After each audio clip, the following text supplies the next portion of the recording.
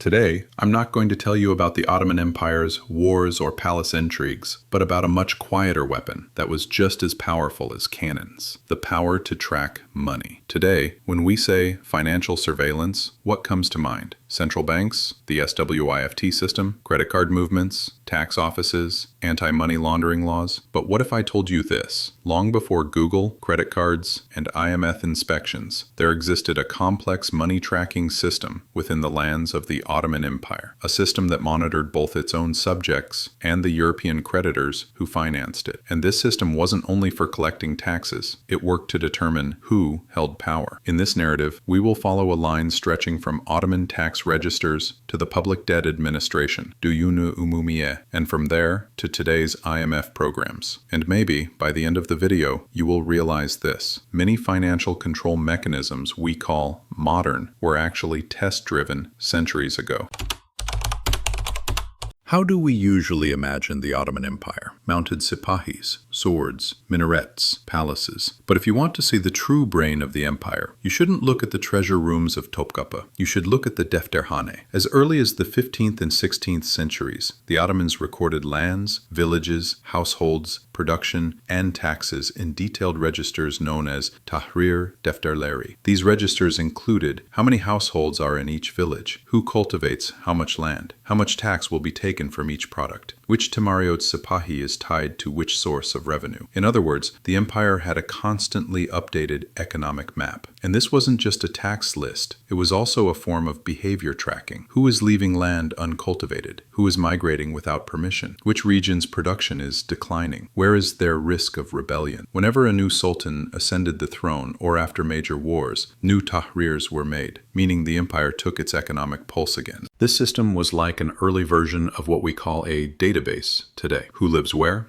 what they produce, and what they owe to the state, all recorded. And remember, in most of Europe at that time, there was no such comprehensive and systematic tax household mapping. The Ottoman Empire, even in the 16th century, was tracking the economic lives of its subjects through its ledger system, even before the millet system.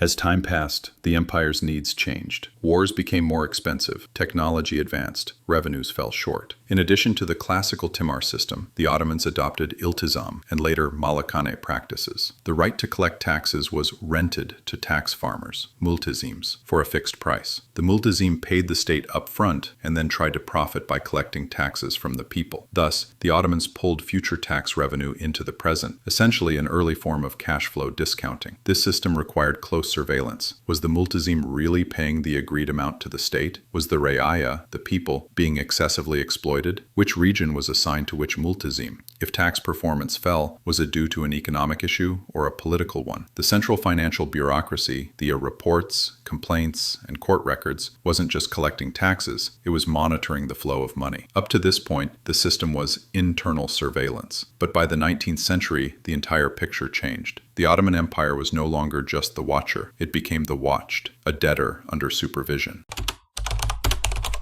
In the 19th century, the Ottomans were under heavy military, political, and economic pressure. Modernization efforts, railways, army reforms, palace expenses, the state turned to foreign loans. For European bond investors, the Ottomans were attractive: vast lands, high potential tax revenue, the empire brand. But the math didn't add up. A series of loans starting in 1854, wars, and mismanagement brought the empire to a point where, by the 1870s, it couldn't even pay interest. And in 1875, a de facto moratorium, suspension of debt payments, was declared. This wasn't just a financial crisis. The empire had fallen into the category of unreliable debtor. Creditors responded harshly: if you can't manage your money, then we will monitor your revenues ourselves. And thus appeared a new institution overseeing the Ottomans from within, the Ottoman Public Debt Administration, Düyûn-ı Umumiye.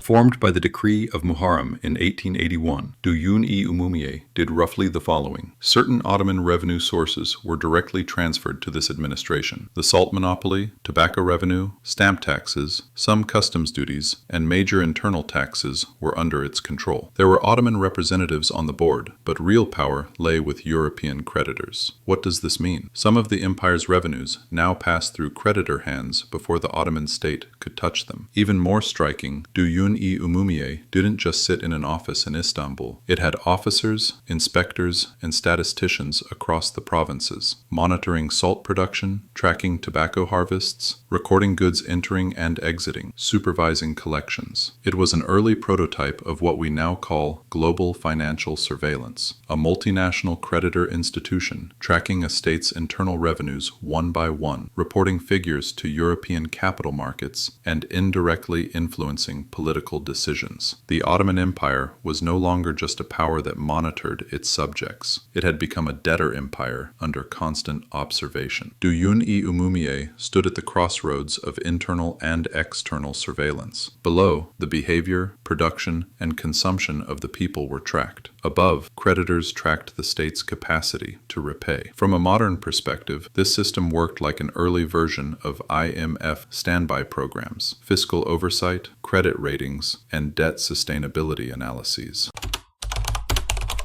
Jump from the 19th century to the 21st century. Today, when you examine a country's economy, you look at credit rating agency reports, IMF and World Bank programs, central bank balance sheets, SWIFT data, anti-money laundering lists. They all share one mechanism, a surveillance and control network built through money movement. Remember the late Ottoman picture: debt crisis, pressure from creditors, revenue streams being pledged, a semi-autonomous financial institution overseeing tax revenues. Many countries in debt crises today experience the same thing: modernized, legalized, digitized versions of this structure. The only difference: then there were ledgers and inspectors. Today, there are data centers, algorithms, and international agreements.